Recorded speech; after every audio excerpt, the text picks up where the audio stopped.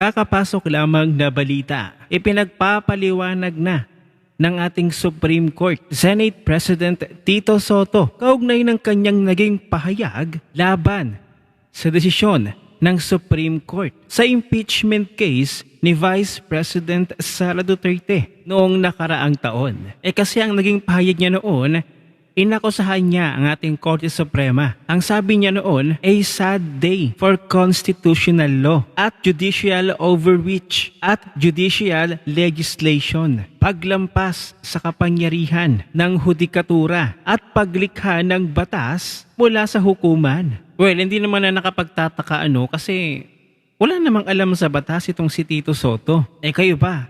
Sa tingin ninyo, ano yung isasagot dito ni Tito Soto? Samantala hindi naman na nakakagulat na magiging unanimous ang desisyon o aaprubahan ng Committee on Justice ang kanilang articles of impeachment laban kay VP Sara. Hindi naman nakakagulat yan. Expected na yan ng taong bayan. O paano ba yan? Tito Soto, paganahin mo din dito yung forthwith na sinasabi mo. Dapat forthwith ka din sumagot dito sa Supreme Court, ha? I-apply mo. Dapat agad-agad ang komento sa Supreme Court.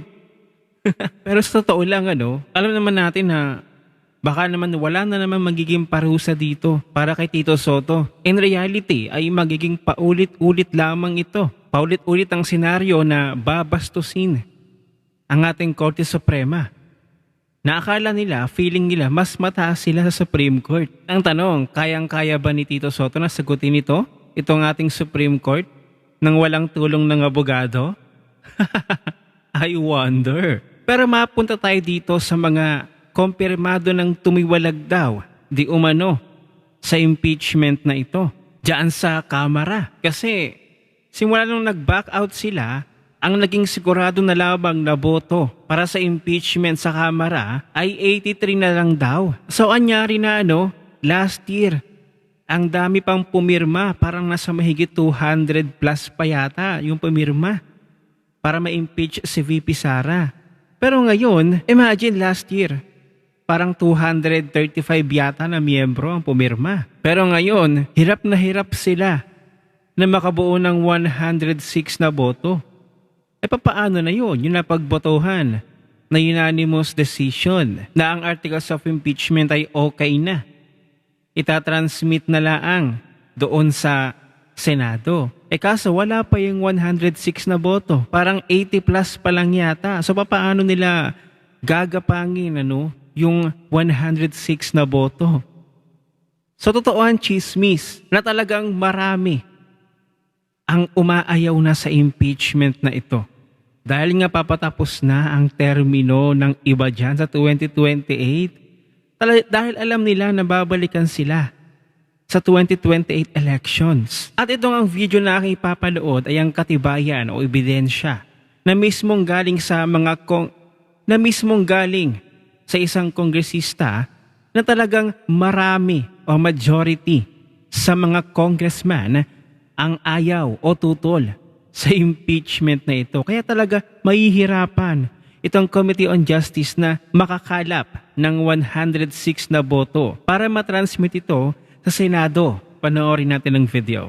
Pero ang problema dito, yung mga kongresista naman na sabihin natin na hindi pabor para sa kanila dahil yung mga constituents na sinabi mo kanina, medical, free education, lahat-lahat, support, benefits, maaapektuhan. Hindi nagagalaw yan para sa mga nasasakupan. Pondo-pondo lang pala.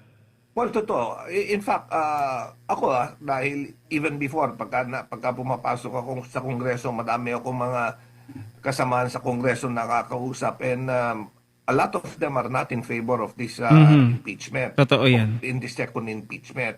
Dahil ang concern nila, alam mo, sa dinami-dami ng kontrobersya na bumabalot ngayon sa Kongreso, hindi na kailangan dagdagan ng isa pang issue na kagaya nitong second impeachment proceeding. Ngayon, madami sa kanila ang ayaw nga sumuporta dito sa impeachment, pero dapat lang. pag nakakausap ko sila, natatakot rin silang mag-voice out ng kanilang stand na ayaw dahil natatakot sila maapektuhan yung pondo nila at mga proyektong maaaring ibaba sa kanilang kadistrito. Dito naman tayo sa pag-usad po, no? Kasi ang susunod nito ay sa plenaryo na po sa salang itong Oo, impeachment malapit na ito. yan. Meron po kasi kaming nababasa ng mga balita, pwede nyong i-confirm, pwede nyong i-deny, kung ano lang po yung nalalaman ninyo, lalo na yung naging post din ni Congressman Pulong Duterte na nag-iikot na ba, may pinapatawag ba mga chief of staff, may mga pinapangako na ba na ganito yung project kung hindi ka tatalima, kung hindi ka susuporta sa impeachment, Nako. wala kang project at Takutan. Well, maaaring ganyan. Alam mo, as what happened nung previous impeachment, di ba, sinabi rin ni Congressman Toby Chanco dyan, na during the previous impeachment, may mga pinangakong mga proyekto na ibibigay if you vote in favor of yung the impeachment. Mhm. Ngayon, ako wala naman lumalapit sa akin. Siguro hindi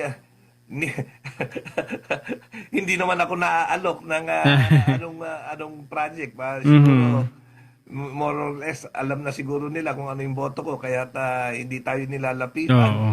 But as far as my projects are concerned in my district, alam mo, meron tayong mga kagaya yung mga ini-endorso ko for medical assistance. Alam mo, bumalik sa akin yung at yung mga pasyente at sinabi hindi na raw sila tinanggap. So, Oo. sabi ko, siguro maaari siguro I'm being penalized for yung nakakaawa aking stand, naman. yung aking posisyon. Pagka ako nagsasalita, siguro that's part of it. Yun lang gantihan. Kapag ang mga kongresista na hindi papabor or tutol sa impeachment na ito ay gagantihan ka pala ng administrasyon na ito. Yun lang ang nakakalungkot na alam mong mali na ipagpapatuloy mo pa din pero salamat na lang sa mga kongresista na ito na patuloy na naninindigan para sa tama, para sa bayan. May mga prinsipyo at dignidad. Hindi nabibili ng pera.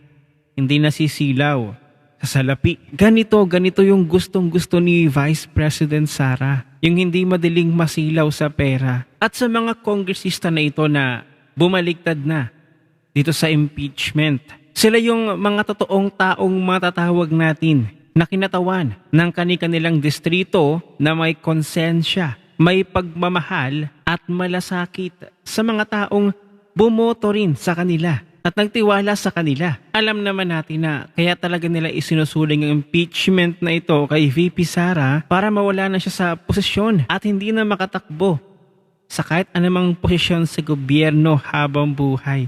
Dahil takot at takot sila kay VP Sara. Well, tama ang inyong naging desisyon.